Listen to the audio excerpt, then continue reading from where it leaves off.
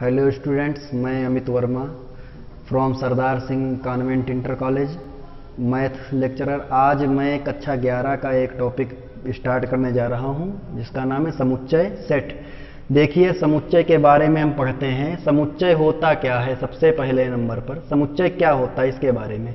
समुच्चय कह लीजिए कि ये एक संग्रह होता है। और किसका संग्रह होता है? वस्तुओं के सुपरिभाषित संग्रह। वस्तुओं का एक संग्रह होता है और उन वस्तुओं का जिनको हम अच्छी प्रकार से जानते हैं, लिख सकते हैं, अर्थात वो परिभाषित भी हैं और स्पष्ट भी हैं। तो उससे एक परिभाषा हमारी बन जाएगी कि वस्तुओं के सुपरिभाषित संग्रह को क्या कहते हैं? समुच्चय कहते हैं। जैसे यहां पर एक समुच्चय लिखा हमने ए बराबर। ध्यान रहे, समुच्चय की शुरुआत मंझले ब्रैकेट से की जाती है। इसके अंदर हमने लिख दिया ए, ई, आई, ओ, यू।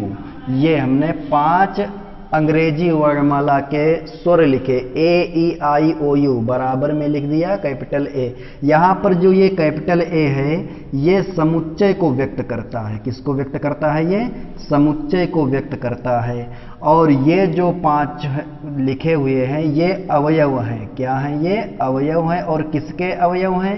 समुच्चय ए के अवयव हैं। मंझले ब्रैकेट के अंदर जो भी लिखे होते हैं, जितनी भी राशियां, जितनी भी वस्तुएं लिखी होती उसमें, वो सभी अवयव किसका अवयव हैं? दिए गए समुच्चय का अवयव हैं। समुच्चय को हमेशा मंझले ब्रैकेट, समुच्चय के अवयवों को सदैव मंझले ब्रैकेट के अंतर्गत लिखते हैं, मंझले ब्रैकेट के अंदर लिखते हैं और इसके अंदर अवयव लिखे जाते हैं हमारे। और यहां पर जो ये लिखा हुआ है बराबर में ए, अंग्रेजी वर्णमाला के बड़े अक्षर द्वारा हमने जिसको निरूपित किया है वो समुच्चय को निर्धारित करता है। अतः समुच्चय क्या होता है? वस्तुओं के सुपरिभाषित संग्रह को समुच्चय कहते हैं। जैसे यहां अंग्रेजी वर्णमाला के 5 स्वरों का संग्रह, इन 5 स्वरों को एक साथ हमने रख दिया और जो संग्रह बना वो हमारा क्या हो जाएगा? समुच्चय ए हो जाएगा। समुच्चय को हम अंग्रेजी वर्णमाला के बड़े अक्षरों से निरूपित करते हैं। जैसे यहां पर हमने इस समुच्चय को कैपिटल ए से लिखा है, इसको हम कैपिटल एम से, कैपिटल एन से, कैपिटल पी से लिख सकते हैं। सदैव समुच्चय के अवयव बड़े अक्षरों छोटे अक्षरों उससे हमारा कोई मतलब नहीं, लेकिन समुच्चय को सदैव बड़े अंग्रेजी वर्णमाला के बड़े अक्षर से ही लिखा जाएगा। इसके बाद में देखते हैं एक नोटेशन, इसमें पढ़ते हैं एक प्रतीक। प्रतीक का नाम जो है तुम्हारा वो है एप्सिलॉन। प्रतीक जो है हमारा वो है एप्सिलॉन। इसका शाब्दिक अर्थ होता है अवयव है या सम्मिलित है। इसका शाब्दिक अर्थ होता है अवयव है या सम्मिलित है, एलिमेंट ऑफ। ये इसका शाब्दिक अर्थ होता है। जहां पर ये लिखा होगा एप्सिलॉन, उसका अर्थ होगा अवयव है। अब एप्सिलॉन के इस तरफ बाईं तरफ अवयव होगा और किसका अवयव होगा? समुच्चय का अवयव होगा। और इसके दाईं तरफ वो समुच्चय होगा जिसमें ये अवयव उपस्थित है। ये इसके एक दाईं ओर समुच्चय लिखा जाएगा और बाईं ओर जो है वो अवयव लिखा जाएगा। जैसे हमने इसी समुच्चय का उदाहरण लिया, ए बराबर ए, ई, आई, ओ, यू, ये 3 लिखे हुए हैं। यहां पर हमने लिख दिया ए एप्सिलॉन कैपिटल ए। तो जो ये स्मॉल ए है वो अवयव है और ये किसका अवयव है? इस समुच्चय का। समुच्चय ए का अवयव है स्मॉल ए। ये इसका अर्थ है। तो एप्सिलॉन का अर्थ होता है अवयव है। ए अवयव है किसका? समुच्चय ए का। यदि हम यहां पर लिख देते बी, क्या समुच्चय ए में कहीं पर भी उपस्थित है? नहीं उपस्थित, इसलिए इसको हम काट देंगे और इसका अर्थ होगा कि बी अवयव नहीं है ए का। बी अवयव नहीं है समुच्चय ए का। समुच्चय ए का। तो जब अवयव नहीं होगा तो हम एप्सिलॉन को काट देंगे, इसको पढ़ेंगे नॉट एप्सिलॉन। और इसका अर्थ क्या होगा? अवयव नहीं है। और इसको पढ़ेंगे एप्सिलॉन, इसका अर्थ होगा अवयव है। यहां पर देखिए इस एग्जाम्पल से हमने ये सीख लिया कि एप्सिलॉन क्या होता है, समुच्चय क्या होता है, इसको हम व्यक्त कैसे करते हैं, इसके प्रतीक कैसे लिखते हैं, इसके अवयव क्या होते हैं। अभी हमने पढ़ा था समुच्चय। अब इसके बाद समुच्चय के बारे में पढ़ते हैं, उसके आगे पढ़ते हैं। देखिए कुछ मानक समुच्चय हम पढ़ लेते हैं। कुछ मानक समुच्चय, मानक समुच्चय मतलब उनको उसी रूप में लिखा जाएगा। हमको ये पता है कि समुच्चय को हम अंग्रेजी वर्णमाला के बड़े अक्षर से लिखते हैं, कैपिटल N से लिख दिया, कैपिटल R से लिख दिया। इसमें कुछ मानक समुच्चय हम पढ़ लेते हैं, उनका निरूपण कैसे करते हैं। जैसे पहले नंबर पर हमने लिखा सभी वास्तविक संख्याओं का समुच्चय, क्या लिखा, या सभी, पहले प्राकृतिक संख्या से स्टार्ट करते हैं, सभी प्राकृतिक संख्याओं का समुच्चय, सभी प्राकृतिक संख्याओं का समुच्चय। तो सभी प्राकृतिक संख्याओं का समुच्चय ये क्या कहलाता है। अब इसको हम A या कैपिटल A या कैपिटल B से नहीं लिख सकते, इसको लिखा जाता है कैपिटल N से। किससे लिखा जाता है, कैपिटल N से। जहां कहीं पर कैपिटल N आ जाएगा वो होगा सभी प्राकृतिक संख्याओं का समुच्चय। प्राकृतिक संख्याएं क्या होती हैं, वे संख्याएं जिनका प्रयोग गणना करने में किया जाता है, जैसे 1 2 3 4 5 6 इस प्रकार से। तो इसके अंतर्गत n के अवयव होंगे 1, 2, 3, 4, 5, ये इस तरह से अनंत तक, ये सभी प्राकृतिक संख्याएं। या फिर इनको हम धनात्मक पूर्णांक भी कह देते हैं, तो धनात्मक पूर्णांकों का समुच्चय भी कभी कभी n लिख दिया जाता है। इसके बाद पढ़ते हैं सभी पूर्ण संख्याओं का समुच्चय। ये ऐसे समुच्चय हैं जिनको हम एक ही अक्षर से लिखते हैं, सभी पूर्ण संख्याओं का समुच्चय।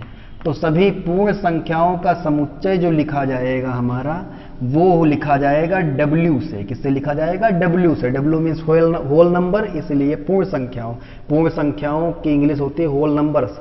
तो यहाँ पर पूर्ण संख्याएं क्या होती हैं, यदि प्राकृतिक संख्याओं के साथ हम 0 को भी मिला देते हैं तो सभी संख्याएं क्या हो जाती हैं, पूर्ण संख्याएं। यहां पर ध्यान देने वाली बात यह है कि 0 जो है वो पूर्ण संख्या है, परंतु वो प्राकृतिक संख्या नहीं। इसलिए यहां पर सभी पूर्ण संख्याओं के समुच्चय को हम W से लिखते हैं, और W बराबर हो जाएगा मंझले ब्रैकेट के अंदर 0 1 2 0 सहित प्राकृतिक संख्याएं लिख दीजिए। इसके बाद में सभी पूर्णांक संख्याओं का समुच्चय लिखते हैं, सभी पूर्णांक संख्याओं का समुच्चय। ये सभी ऐसे समुच्चय हैं, पूर्णांक संख्याओं का समुच्चय, सभी पूर्णांक संख्याओं का समुच्चय। तो सभी पूर्णांक संख्याओं का समुच्चय जो है वो I से भी लिखते हैं या Z से भी लिखते हैं। कहीं कहीं पर कुछ बुक्स में इसे I से लिखा जाता है, I मीन्स इंटीजर, और कहीं कहीं बुक में इसे Z से लिखा जाता है। तो यहाँ पर सभी पूर्णांक संख्याओं का समुच्चय जो है वो ये है। और पूर्णांक संख्याएं प्लस में भी होती हैं और माइनस में होती है, अर्थात धनात्मक भी होती हैं और ऋणात्मक भी होती हैं। तो यहाँ पर ये हो जाएगा -4, -3, -2, -1, -0, 1, 2, 3 डॉट डॉट। पूर्णांक संख्याएं वे संख्याएं होती हैं जिनके हर में 1 लिखा होता है, या ये कह लीजिए कि उनके हर में कुछ नहीं होता। और पूर्णांक संख्याएं पॉजिटिव भी होती हैं, धनात्मक भी होती हैं और ऋणात्मक भी होती हैं। अब इसके बाद जो ये समुच्चय है वो 2 भागों में विभक्त हो जाता है। यहाँ पर लिखेंगे सभी धनात्मक पूर्णांक संख्याओं का समुच्चय, सभी धनात्मक पूर्णांक संख्याओं का समुच्चय, या सभी धनात्मक पूर्णांकों का समुच्चय, सभी धनात्मक पूर्णांकों का समुच्चय। तो सभी धनात्मक पूर्णांकों का समुच्चय क्या आ जाएगा, ये आ जाएगा I प्लस या आ जाएगा Z प्लस। ये I के नीचे भी प्लस कहीं कहीं पर लिखते हैं और Z के नीचे भी कहीं कहीं पर प्लस लिखते हैं। धनात्मक संख्याएं जो होती हैं, धनात्मक पूर्णांक जो होते हैं वो 1 2 3 4 5 6 7 ये होते हैं, 0 को इसमें नहीं लिया जाता। अब इसके बाद ये कह दिया जाए सभी ऋणात्मक पूर्णांकों का समुच्चय। यदि हम ये कह देते हैं कि सभी ऋणात्मक पूर्णांकों का समुच्चय यदि हम लिखना चाहें तो इसको हम लिखते हैं I या z माइनस से लिखते हैं। सभी ऋणात्मक पूर्णांकों का समुच्चय i माइनस से लिखा होगा या z माइनस से लिखा होगा। यहाँ पर ऋणात्मक पूर्णांक ये हैं, जैसे -4 हो गया, -3 हो गया, -2 हो गया, -1, ये सभी हैं। मतलब 0 1 2 3 4 को हम छोड़ देंगे। अब इसके बाद लिखेंगे सभी वास्तविक संख्याओं का समुच्चय। तो सभी वास्तविक संख्याओं का समुच्चय क्या होता है? सभी वास्तविक संख्याओं का समुच्चय क्या होता है? सभी वास्तविक संख्याओं का समुच्चय, तो सभी वास्तविक संख्याओं का जो समुच्चय होता है वो होता है हमारा R, set of real number. और यहाँ पर सभी वास्तविक संख्याओं का समुच्चय, यहाँ एक शब्द आया वास्तविक संख्याएं। तो वास्तविक संख्याएं किन्हें कहते हैं? पिछली कक्षाओं में पढ़ा होगा कि वे संख्याएं जिनके वर्ग पूर्णतया धनात्मक होते हैं उन्हें वास्तविक संख्याएं कहते हैं।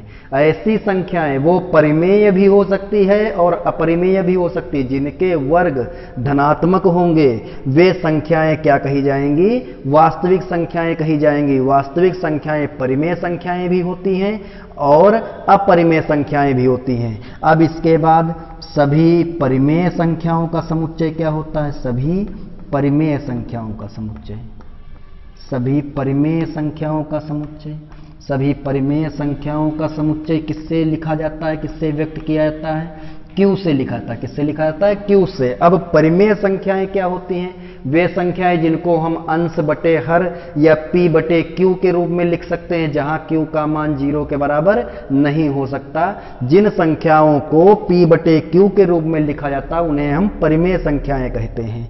और अपरिमेय संख्याएं क्या होती हैं? ऐसी संख्याएं जिनको हम P बटे Q के रूप में नहीं लिख सकते उन्हें हम अपरिमेय संख्याएं कहते हैं। अपरिमेय संख्याओं का समुच्चय जब लिखना होगा तो R माइनस Q लिख देंगे, वो अपरिमेय संख्याओं का समुच्चय होगा। आगे पढ़ते हैं समुच्चय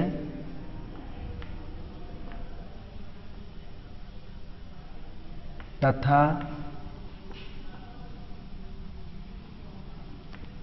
उसका निरूपण। समुच्चय तथा उसका निरूपण।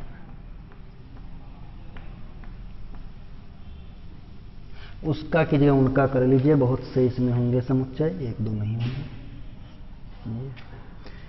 समुच्चय तथा उनका निरूपण। समुच्चय को कैसे निरूपित करते हैं ये देखते हैं। समुच्चय क्या होता है ये हमको पता है, वस्तुओं के सुपरिभाषित संग्रह को समुच्चय कहते हैं। अब समुच्चय और उनका निरूपण, तो समुच्चय और उनका निरूपण 2 विधियों द्वारा किया जाता है। इसमें से पहली विधि जो होती है वो होती है तालिका विधि। तालिका विधि को हम रोस्टर विधि भी कहते हैं। तालिका या रोस्टर विधि इसको बोलते हैं। क्या बोलते हैं? तालिका या रोस्टर विधि। इसको हम सूचीबद्ध विधि भी कहते हैं। और दूसरी जो विधि होती है इसको निरूपित करने की समुच्चय को, वो होती है नियम विधि। नियम विधि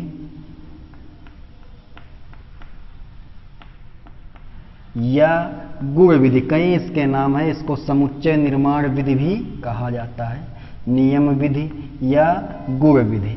यहाँ पर देखिए सबसे पहले हम तालिका विधि या रोस्टर विधि को पढ़ते हैं।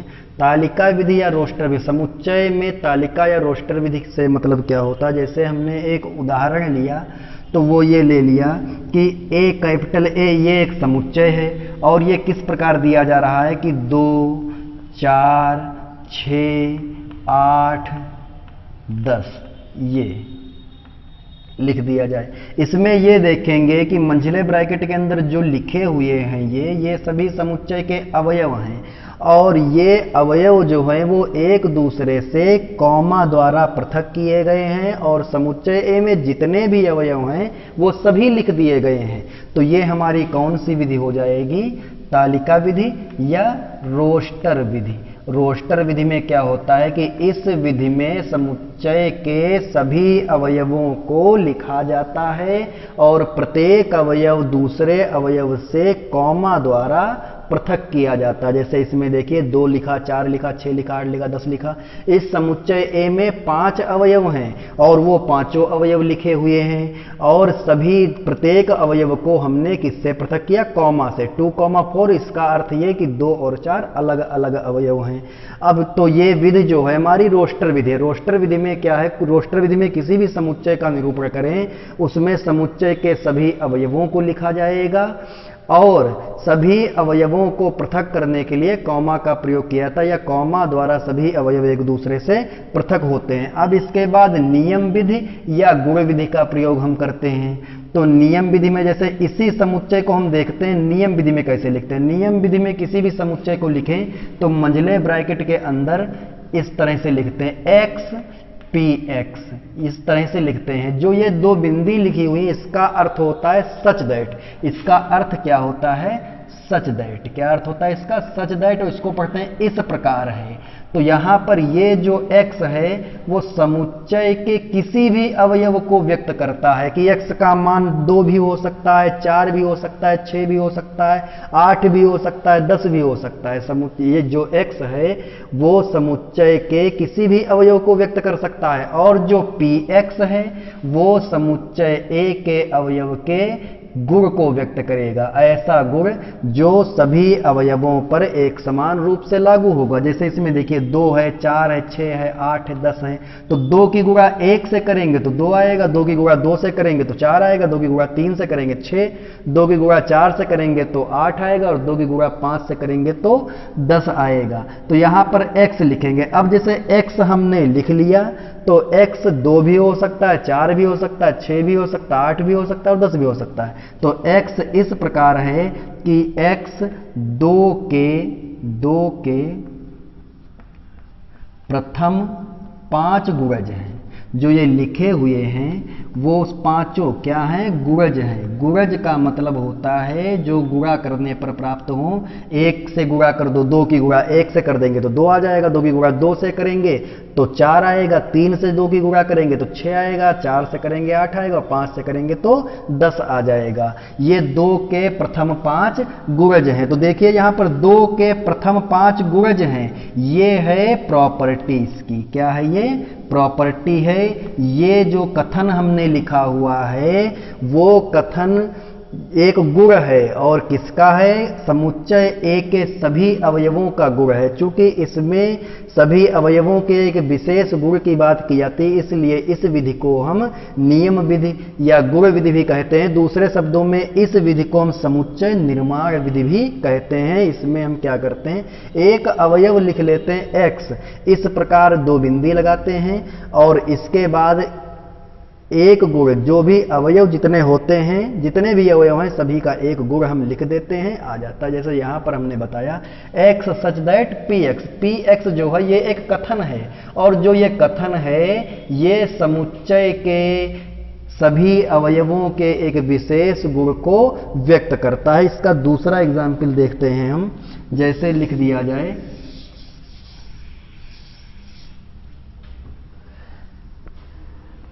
एक शब्द लिखा प्रिंसिपल।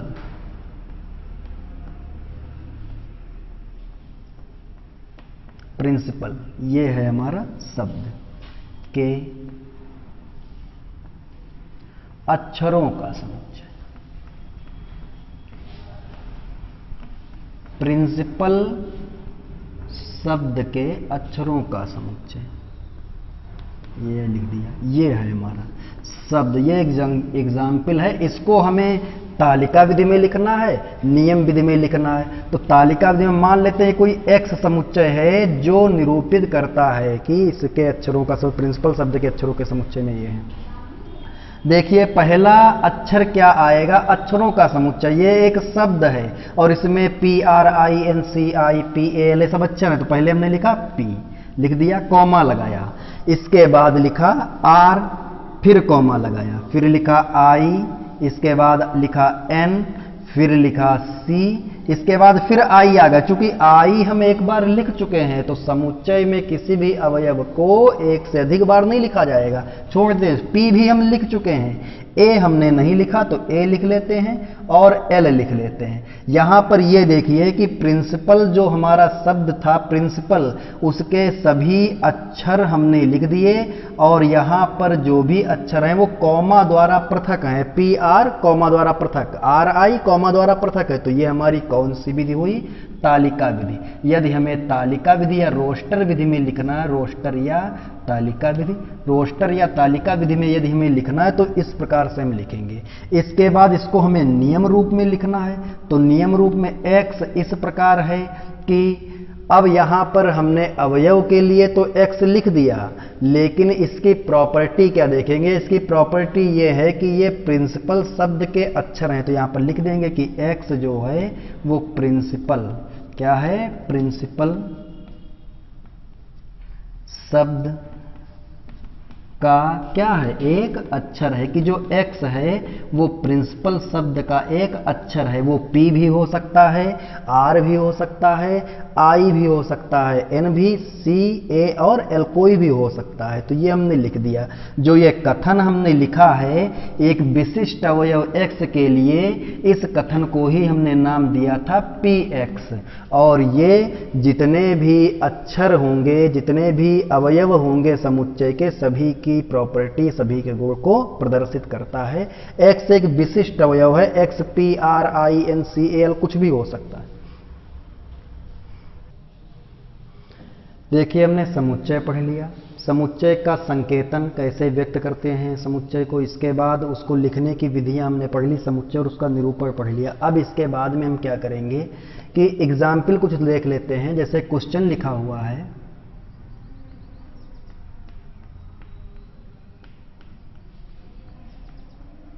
मैथमेटिक्स, ये एक शब्द है। मैथमेटिक्स शब्द के सभी स्वरों व व्यंजनों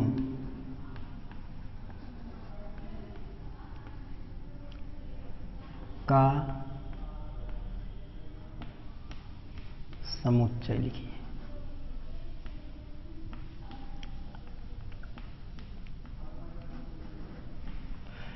ये देखिए इसमें ये क्वेश्चन है कि मैथमेटिक्स शब्द के सभी स्वरों व व्यंजनों का समुच्चय लिखिए।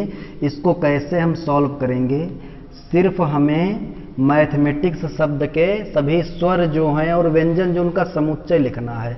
स्वरों के समुच्चय को हम मान लेते हैं x है, कोई ऐसा अक्षर मानना जो इसमें उपस्थित ना हो, और यहाँ पर इसको हम मान लेते हैं y है। ये x जो है वो स्वरों का समुच्चय, मैथमेटिक्स शब्द के सभी स्वरों का समुच्चय, और जो y है वो व्यंजनों का समुच्चय। अब स्वर को देखते हैं। हमने बताया था कि मंझले ब्रैकेट के अंदर अवयवों को लिखा जाता है, इसलिए मंझला ब्रैकेट हमने लगा लिया शुरुआत में।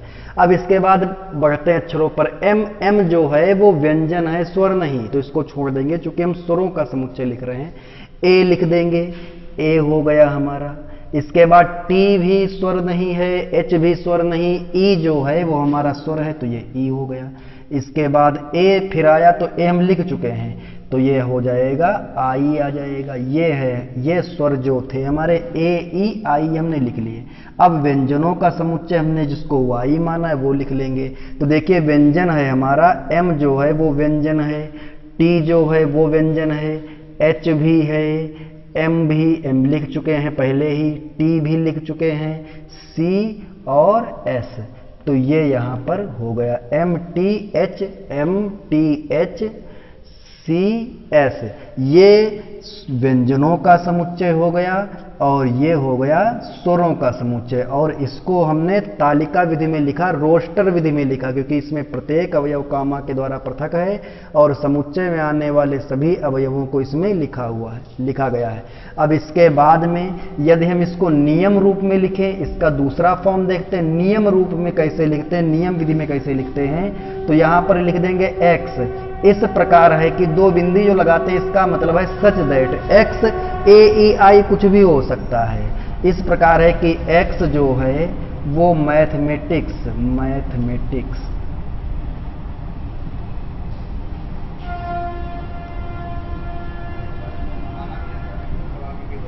शब्द का एक क्या है, स्वर है। क्या है ये, एक स्वर है। ए जो है वो मैथमेटिक्स शब्द में आया है, ई भी है इसमें और आई भी है इसमें। तो यहां पर एक्स जो हमने लिखा है वो ए भी हो सकता है, ई भी हो सकता है और आई भी हो सकता है। तो यहां पर एक्स इस प्रकार है कि एक्स मैथमेटिक्स शब्द का एक क्या है, स्वर है। ये हमने इसको नियम विधि में लिख दिया। हमने बताया था नियम विधि में प्रॉपर्टी लिखते हैं, तो ये ए ई आई का एक गुण जो है जो तीनों पर लागू होता वो ये है कि ये तीनों मैथमेटिक्स शब्द में स्वर हैं। और यहां पर यदि हम इसको नियम रूप में लिखेंगे तो बिल्कुल इसी प्रकार से लिखेंगे कि x इस प्रकार है कि x मैथमेटिक्स शब्द का एक व्यंजन है। ये सभी जो लिखे हुए हैं मैथमेटिक्स शब्द के व्यंजन हैं और ये तीनों क्या हैं, स्वर हैं। ये है तुम्हारी तालिका विधि, ये है तुम्हारी नियम विधि। इसको भी इसी प्रकार से लिख देंगे तो ये आ जाएगा x इस प्रकार है कि x मैथमेटिक्स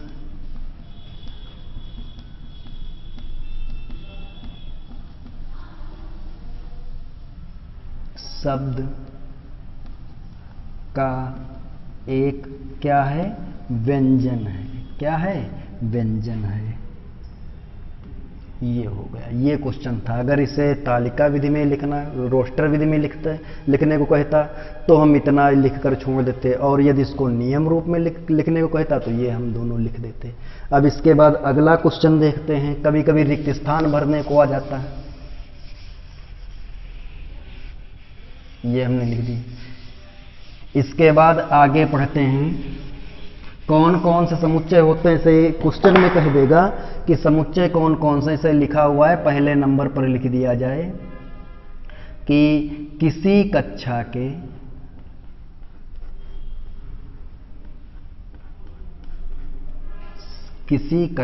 के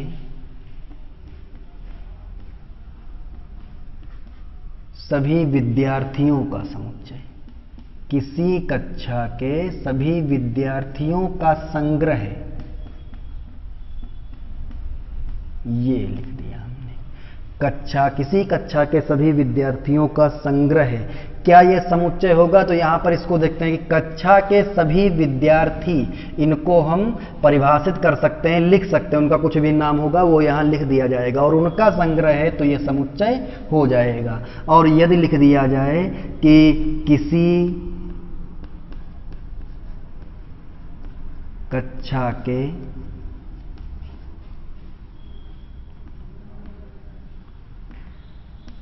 कमजोर विद्यार्थियों का संग्रह, कमजोर विद्यार्थियों का संग्रह,